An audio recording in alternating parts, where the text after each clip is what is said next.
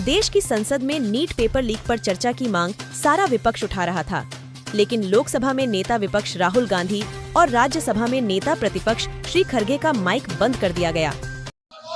Sir mic को दे दीजिए। अब बात यह है कि दो फोर्सेस हैं, एक तरफ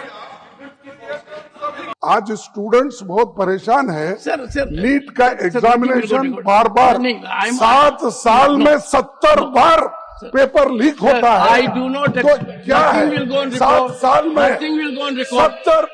आई am not getting, no leader of the opposition is expected to confine to the issue.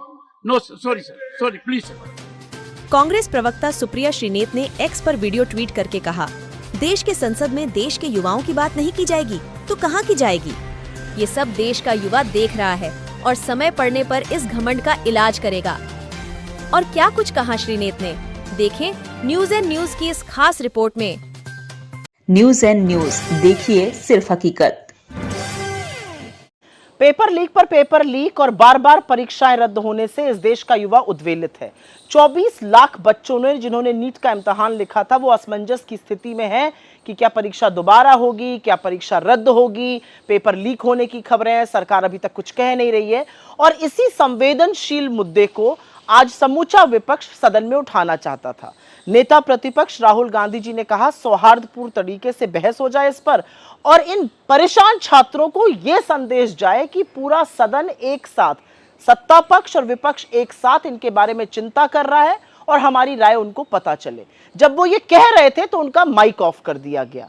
यही मांग और यही बात जब नेता प्रतिपक्ष नेता विपक्ष राज्यसभा में उठा रहे थे, कांग्रेस अध्यक्ष श्री खरगे जी, उनका भी माइक बंद कर दिया गया। और यही नहीं, युवाओं के हक की बात सदन में की जाए, इस बात को सदन की गरिमा के खिलाफ बताने का काम संसदीय कार्यकाज के मंत्री श्री किरण रिजिजू जी ने कर दिया।